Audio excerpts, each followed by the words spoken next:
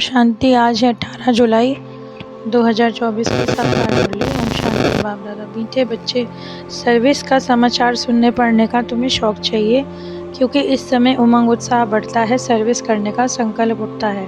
प्रश्न है, संगम युग पर बाप सुख का रास्ता क्यों बतलाते हैं? क्योंकि बेहद का बाप हिस्सा नहीं बांटते, सिर्फ सुख का रास्ता बतलाते हैं। तो उस रास्ते पर जो चलते हैं, पुरुषार्थ करते हैं, उन्हें ऊंचा पद मिलता है। बच्चों को पुरुषार्थ करना है, सारा मदार है पुरुषार्थ पे। ओम शांति। बच्चे जानते हैं कि बाप मुरली बजाते हैं, मुरली सबके पास जाती है। कल्प के संगम युग पर बाप समझाते हैं, जो नहीं समझते वो पत्थर बुद्धि। तो बाबा बच्चों को समझाते हैं, अभी घोर कलयुग है, इसमें अपार दुख है। दिन प्रतिदिन बाबा बहुत सहज पॉइंट सुनाते हैं। जो लोग समझते हैं कि कलयुग अभी बच्चा है, जब संगम समझें तब भेंट कर सकें सतयुग और कलयुग में। कलयुग में है अपार दुख, सतयुग में सुख। बोलो अपार सुख हम बच्चों को बाप दे रहे हैं, जो हम वर्णन कर रहे हैं ऐसे कोई समझा नहीं सकता, क्योंकि आत्मा सुनती और धारण करती है। तो बाप जो कहते हैं पुरुषार्थी हैं, ऐसे ही नहीं कि सब आत्मा समझकर बात करते हैं, क्योंकि बाबा आपस में आत्मा समझकर ज्ञान देते हैं, क्योंकि जो भाई भाई हैं जो पुरुषार्थ कर रहे हैं। ऐसी अवस्था में ठहरने का बाप सुख का रास्ता बतलाते हैं। बाप दुख नहीं देते, क्योंकि उनकी श्रीमत पर चलने से हम सुख पाते हैं। कोई तीव्र पुरुषार्थी है, कोई डल, सारा पुरुषार्थ पर मदार है। तो बाप ने बतलाया कि मुझे याद करो तो विक्रम विनाश होंगे, ड्रामा पर छोड़ नहीं देना।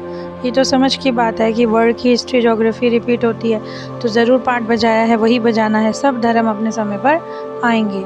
आत्मा का विनाश नहीं होता, ना उसका पाठ का विनाश हो सकता।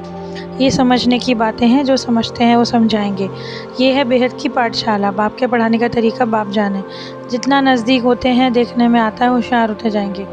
अब बाबा रूहानी कॉलेज और म्यूज़ियम खोलते हैं। तुम्हारा नाम म्यारा है, रूहानी यूनिवर्सिटी। रूह पढ़ती है। सारे 84 के चक्र में एक ही बार बाप आकर रूहानी बच्चों को पढ़ाते हैं। ड्रामा 5000 वर्ष का हूबहू रिपीट होता है।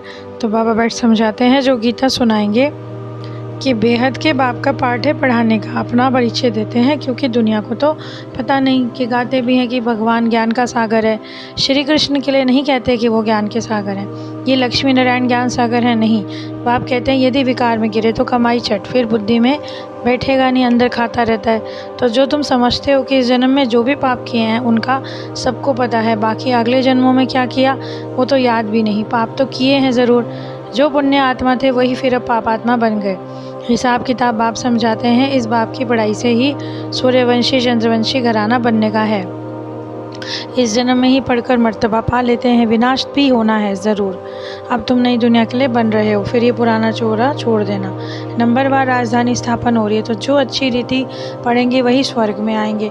आत्मा शरीर धारण करके यहाँ पाठ बजाती है, नया चोला धारण करके नया पाठ बजाती। कब क्या कैसे बनती है? संस्कार तो आत्मा में होते ही हैं। बाप आकर पढ़ाएं तब ज्ञान मिले। टीचर ही नहीं तो ज्ञान कहाँ से आए?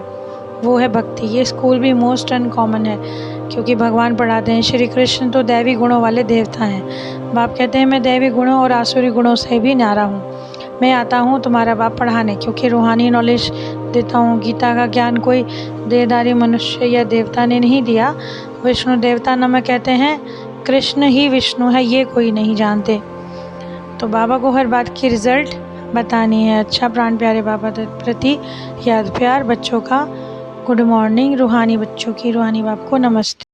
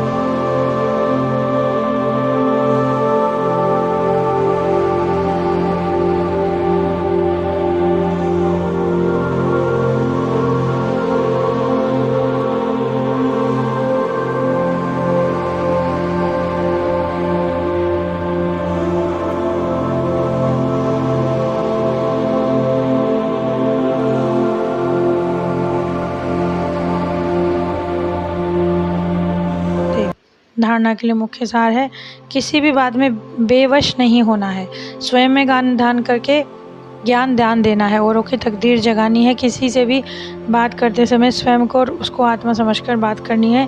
ज़रा भी देह अभिमान नहीं आए। बाप से जो अपार सुख मिले हैं वो दूसरों को बांटने हैं। आज का वरदान, दिल और दिमाग दोनों के बैलेंस से सेवा करने वाले सदा सफलता मूर्त भव।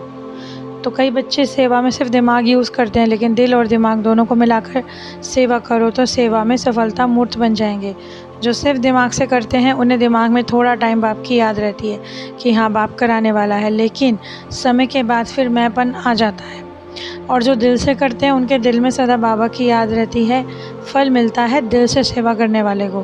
तो यदि दोनों का बैलेंस हो तो और ही अच्छा है, सदा सफलता है। स्लोगन है, बेहद में रहो तो हद की बातें स्वतः ही समाप्त हो जाएंगी। तो आज की मुरली अनुसार जो हमें बाबा ने इतनी जीने की कला सिखाई है कि बाबा ने सिखाया कि तुम्हें जो है 84 के चक्र को याद करते हुए अपने को आत्मा समझना है, और ये याद रखना है कि हम ही सत्युगी देवी देवता थे। हमें बनने के लिए पुरुषार्थ करना है, और पुरुषार्थ करने के लिए बड़ी ऊंची अपनी ख्यालात रखने हैं। बुद्धि को बाप में टिकाने से राजयोग का जो बाबा ने रास्ता दिया है उससे हमारी बुद्धि क्लियर होती है, क्योंकि ये है स्कूल। यहाँ पर स्कॉलरशिप लेते हैं, कोई पढ़ते हैं, कोई नए सिरे सीखते हैं, क्योंकि आत्मा में संस्कार तो है ही, हमें पता है। तो बाबा ने कहा बैलेंस के द्वारा अपनी आत्मा को सुंदर और सफलता मूर्त बनाना है, किसी भी बात में बेवश नहीं होना। तो आज की इतनी ज्ञान रत्नों से भरी, बाबा की याद दिलाने वाली, मनोबल बढ़ाने वाली मुरली के लिए बाबा का दिल से पद्मापतम शुक्रिया। ओम शांति।